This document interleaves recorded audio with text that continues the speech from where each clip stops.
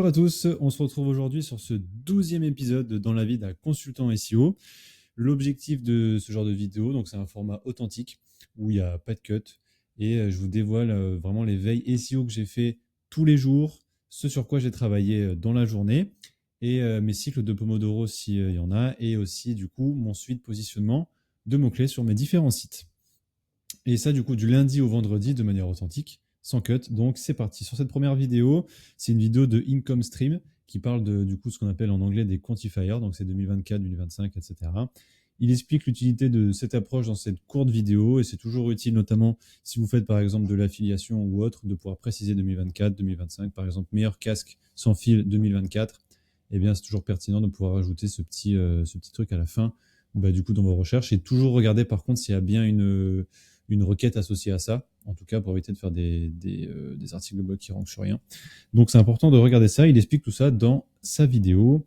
Deuxième vidéo, c'est la vidéo de Jackie Chou, donc Jackie Chan du SEO, sur comment faire 10K par mois de chiffre d'affaires. Donc lui, en fait, pour vous spoiler un peu le truc, il explique en réalité les différentes approches qui, selon lui, permettent d'atteindre, j'ai écrit d'attendre, je me suis trompé, c'est d'atteindre ces chiffres. Donc avec le cold calling, le cold mailing, faire des vidéos YouTube. Et en fait, pour lui, la clé de tout ça, c'est la récurrence. Donc en anglais, c'est consistency. En français, c'est récurrence. Donc c'est d'être récurrent sur ce qu'on fait et de plutôt que d'être éparpillé sur 50 000 trucs, c'est plus intéressant de faire qu'une seule chose bien et tous les jours. Donc d'où le fait aussi que je fais ces vidéos. Là, c'est aussi un objectif et un défi pour moi, mais surtout, c'est financièrement, c'est intéressant de faire ça. Donc il explique dans sa vidéo là-dessus. Et ensuite, la troisième vidéo, c'est une vidéo de Théo Ramuel que je commence à suivre maintenant sur ses vidéos YouTube. Et en fait, il fait la présentation d'un outil qui permet de transformer directement une vidéo YouTube en un article de blog.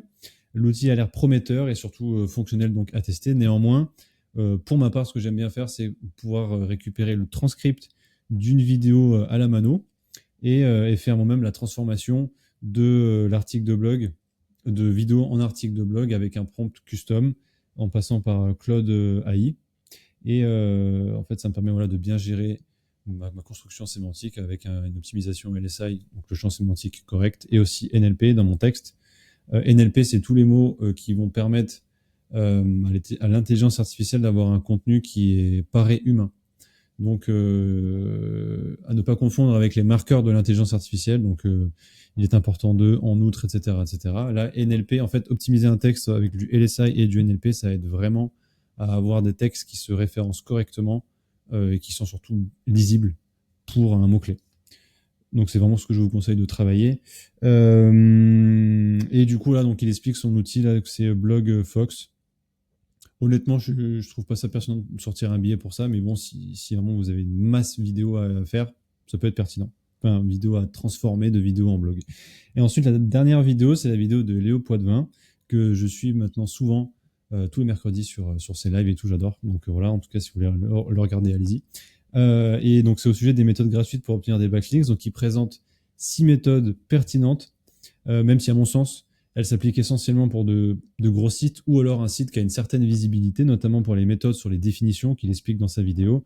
Parce que demain, si vous avez un site qui est tout neuf, ça va être très compliqué de choper du lien parce que vous ne serez même pas visible en fait, même si vous avez beau avoir la meilleure définition possible, si vous n'êtes pas visible, à savoir en top 3 quoi, il va rien se passer quoi. Sauf si vous allez contacter directement les gens en disant hey, j'ai vu que vous parlez de tel et tel article, enfin de tel et tel concept dans votre article, j'ai fait une définition à ce sujet, n'hésitez pas à relier vers mon site.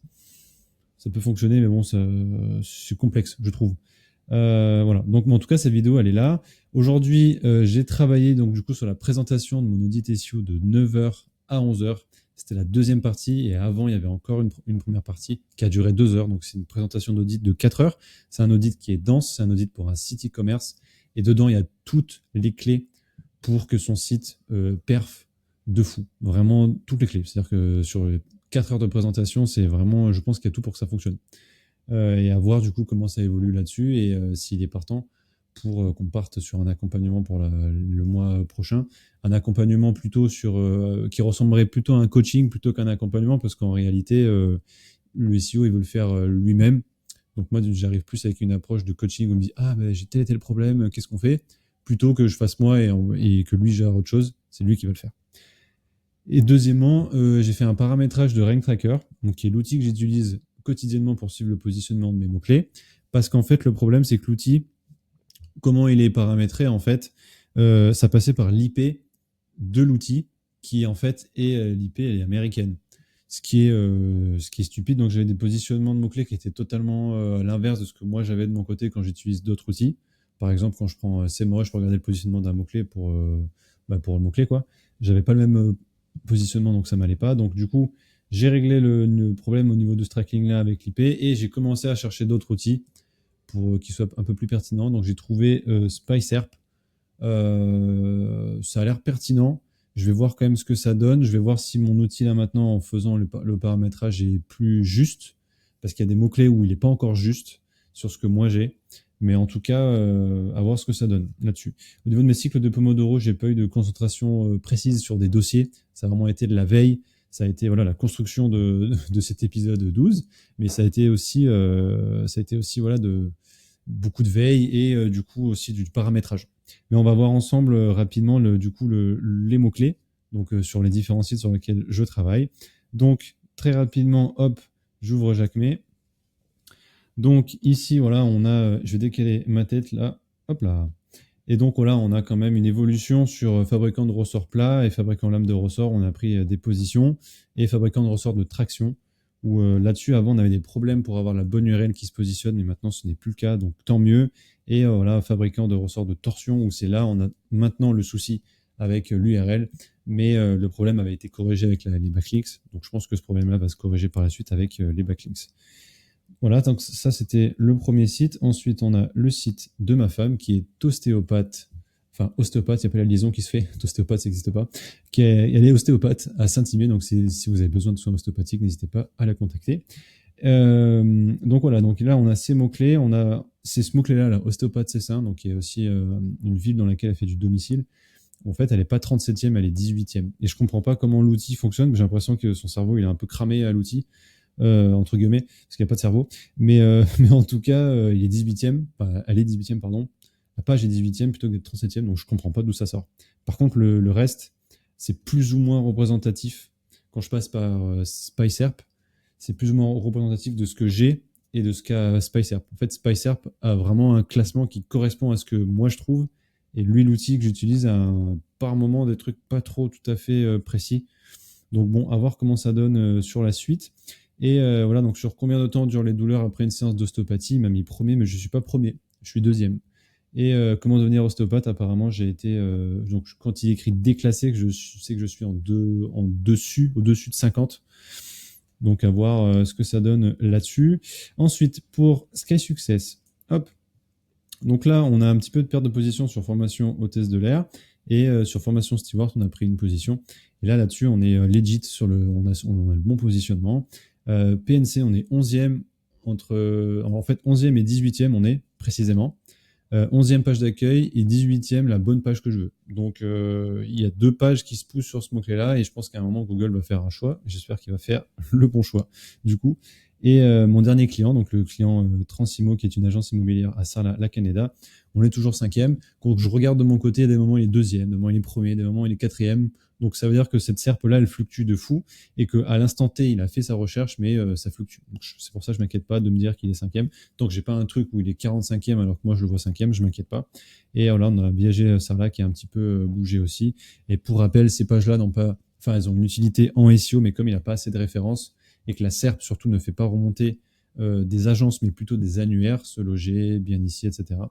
L'utilité de ces pages, c'est de montrer à Google qu'on est une agence IMO avec ce type de page-là.